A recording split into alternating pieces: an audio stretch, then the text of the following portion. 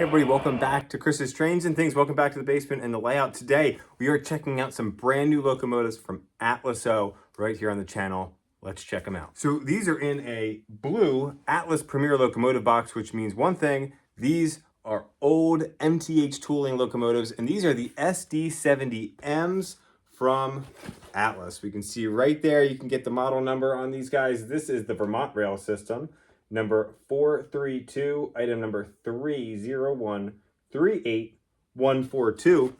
And we don't just have one, we have two. We have number 431 here as well, 431 in this beautiful Vermont Railway scheme. And we are fortunate to have these here today because my buddy Eric from the Eric Trainman YouTube channel, he is working on a brand new layout. Eric just moved, so he had to tear his old layout down, and he is working on, he has a separate garage space that he's going to be working on to get it ready for a layout. I'm helping kind of assist with the layout design, and so we're excited for that project. But these just came in for him, and he doesn't have a layout to run them on. So he was kind enough to ship them to us so we can share it with all of you here on the channel. So we're gonna talk really briefly about the SD70M. We've never seen this Vermont Railway before, so we're gonna talk very briefly about this short lineup in Newark and Vermont as well. And then we're gonna run these things around the layout and hear some of the great sounds that Atlas put into these locomotives. So without further ado, let's dive in. So here we have it. We've got the Atlas O Premier.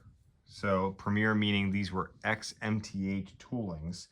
SD70M-2, and this is in the Vermont Railway scheme, as I had mentioned. Now, these are absolutely gorgeous locomotives. Atlas cataloged these back in 2022, early 2022. I believe the orders were due around June of that year, with an estimated delivery of fourth quarter 2023. Now, we did have some of these arrive mid-September, where they shipped. They were in the shipping container mid-September, and they arrived just after York, right around the beginning of November of 2023. The rest of them arrived right at the end of December of 2023. So they did actually hit that fourth quarter mark, even though they only had about 4 days to go. But these are really nice models. Let's talk a little bit about the Vermont Railway, because this is not a road name that you see all that often.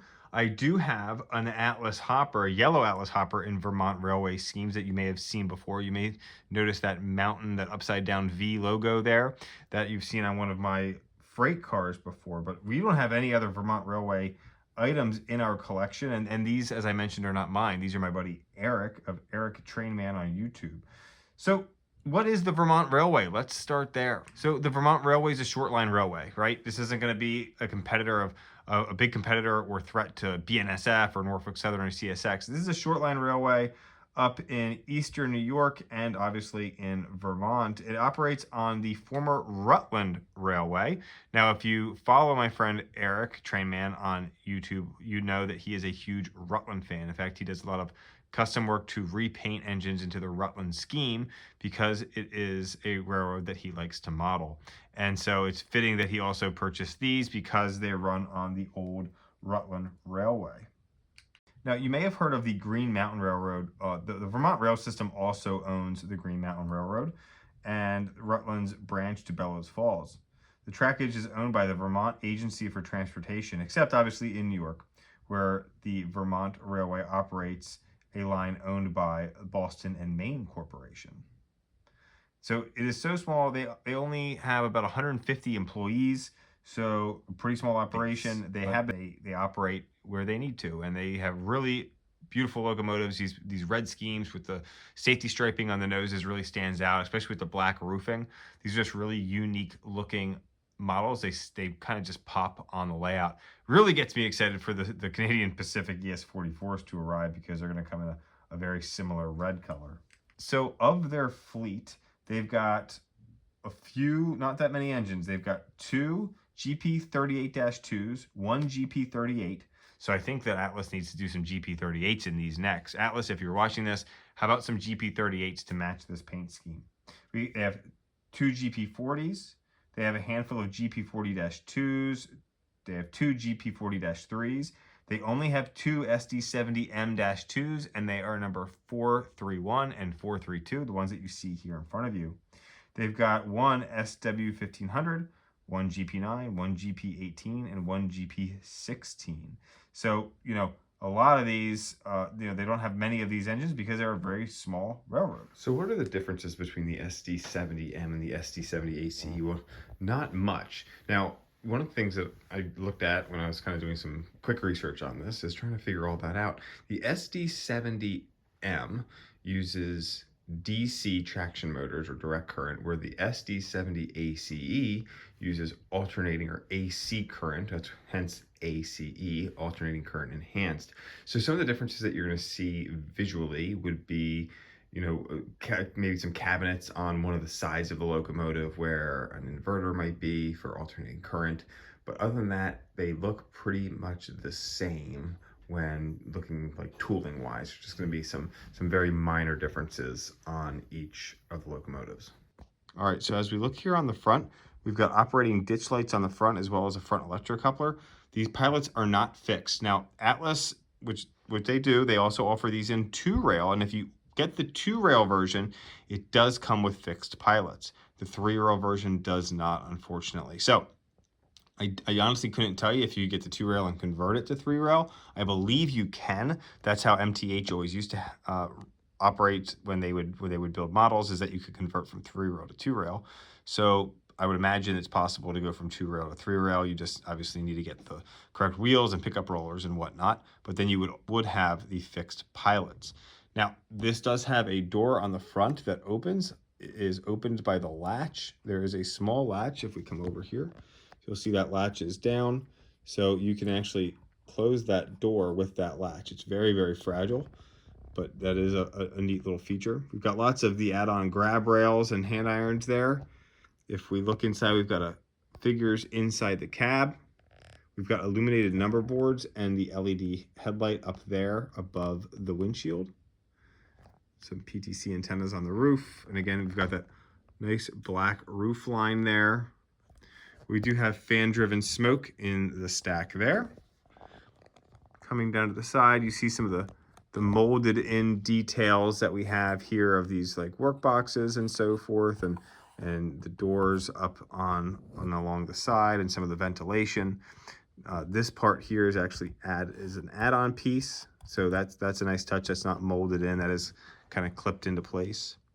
We've got the horns there at the top, nice black fuel tank, and lots of detail on the trucks. These trucks definitely feature more details than some of our newer Lionel versions.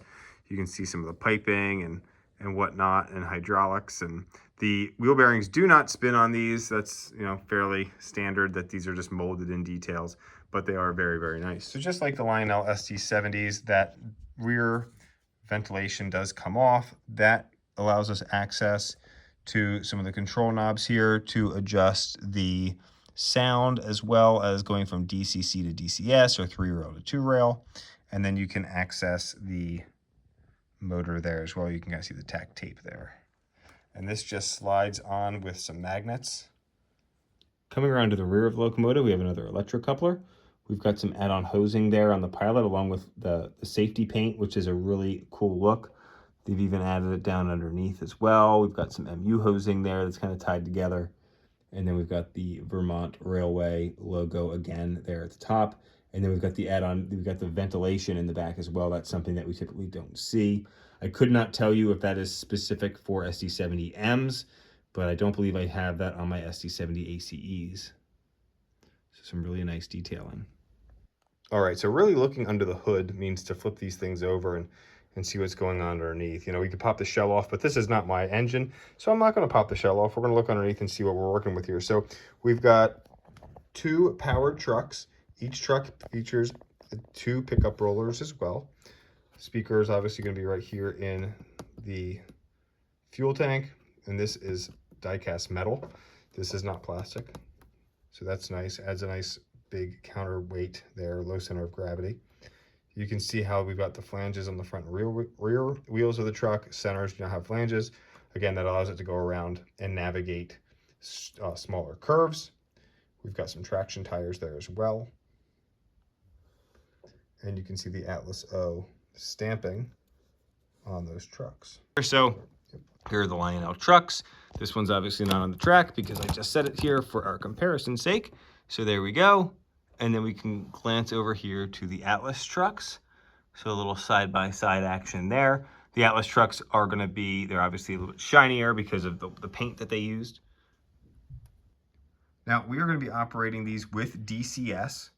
So you can operate these conventionally with DCC, if you go to 2-rail, or you can use DCS. I'm going to be using DCS with my TIU and remote for my TIU. You can set these up through there as a lash up. You could also use the DCS app if you have a TIU to operate these locomotives. I'm going to be using the remote, and I'm going to be setting a lash up. And a lash up just means that I'm running more than one locomotive together. So I have them both facing forward, and I can program all of that into the DCS app by clicking on menu and then going to advanced. And then from there, you can create a lash up by finding the engines that you already have saved in your remote and setting it up that way. It's pretty straightforward. So we're going to set this up as a lash up and pull it around the layout with some modern freight. Be sure to stay tuned for the end of this video for viewer mail. Let's go ahead and enjoy.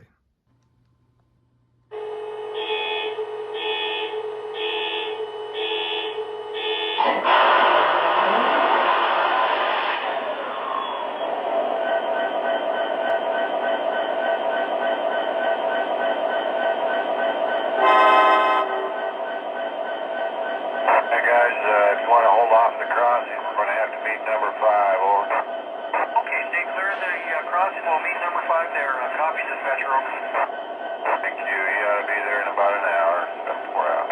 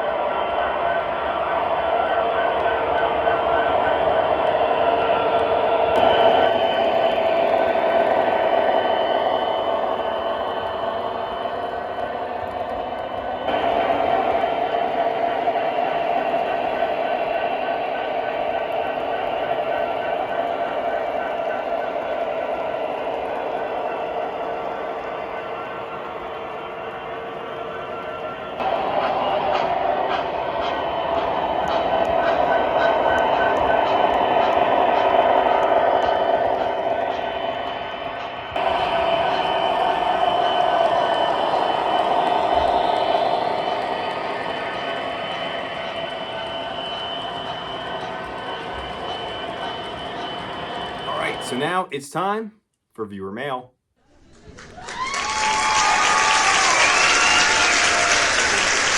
So for viewer mail this week, we have an email to our CTATViewerMail@gmail.com account. If you have something that you would like to share with the viewers here on the channel, a story of how you got into the hobby, a question for me to answer, or just anything that you want to share, email me at CTATViewerMail@gmail.com, and maybe you'll be the next one to be featured on viewer mail. Feel free to also send some pictures of your layouts as well, and we can feature those here on the channel. So today we have an email from William B. William shared lots of great information in his email. It was very, very kind. I'm going to get down to kind of the meat of his email and share it with all of you here. You, Eric, RBP, Sid, RJ, and Zach have greatly influenced me. I've been away from the hobby and focused on what I liked and what I wanted to do most of my adult life. Although I did build a layout for my father during that time, I started building it for him 10 years ago. I worked on it every weekend with my father and one of my nephews. My father's last 10 years were filled with his third love, trains. Order of love, flying, his wife, and trains. There we go. His interest in trains was influenced by his childhood trains and the collection of trains that he had collected from his worldwide travels. He passed away last year, and there are no regrets. What a wonderful life, and what a way to live it. Thanks for sharing that, William. Since he left his collection to me, it sparked my interest after having taken down his layout to finally start collecting, but more importantly, building a layout of my own interests. I'm sure to use the classic train hobby store of my generation. So your videos have been educational to me, and I realize I have much more to learn, which is exciting. Thank you again for what you are doing. So, William, thank you so much for that email. And it's interesting how those things kind of come back. And sorry for the loss of your father in the last year. That's obviously a tough season to kind of go through. But isn't it interesting how that passion that he had of trains got reignited in you through that loss and as you move forward? And you can kind of continue to live that out by running some of his collection and then your own as you work on building your own layout, which is really cool. And I really appreciate the fact that you shared that with all of us. William continues his email with a suggestion, because he doesn't see many of it out there, maybe because it's not possible or too boring, but a detailed wiring concept, such as wiring switches and blocks. He says he's been reading about these, but he finds the complexity, he finds it complex and kind of unexpected. Diagnoses or strategies that would be helpful. You all have done this. We learned what works and what does not. So that is certainly something that we can look at doing, is maybe putting a little small module together with some switches and talk about how we wire those up. Finally, frustrations. Current frustration he shares is the base 3. I have no other way to run a line-out engine except for traditionally or Bluetooth currently, because the cab 2 or 990 is impossible to find for a reasonable price. I would agree with that. I think one of the biggest impact holding up the hobby. William, I agree. I think Lionel made a large mistake in discontinuing the 990 when they did, when the base 3 was only a concept and not yet in beta testing. Doing that really cut off the legs of a lot of people trying to get into the hobby and into command control. Completely agree. And I think if you ask them and they give you an honest answer, they'll probably agree that was a mistake. They ended that too soon. They should have let it go for a couple more years. And so, not to mention the complexity that he has with MTH's TIU. I get frustrated with MTH and DCS as well. In fact, when I put these engines on my layout, I completely expected them not to work because MTH DCS just is finicky on my layout, and they ran beautifully. They started right up, they added to my remote, I did the lash up, it worked perfectly, no problems, which was shocking. So you never know what you're gonna get. So William, thank you so much for sharing that information with us. Stay in touch with your progress on your layout so we can share it during viewer mail. And again, if you have some pictures of your layout, something that you wanna share with the channel, if you enjoy watching this with a son or daughter or a father and you wanna share any of that information, feel free to. CTATViewerMail@gmail.com, and maybe you will be our next viewer mail correspondent. Thank you so much, everybody. Have a great day.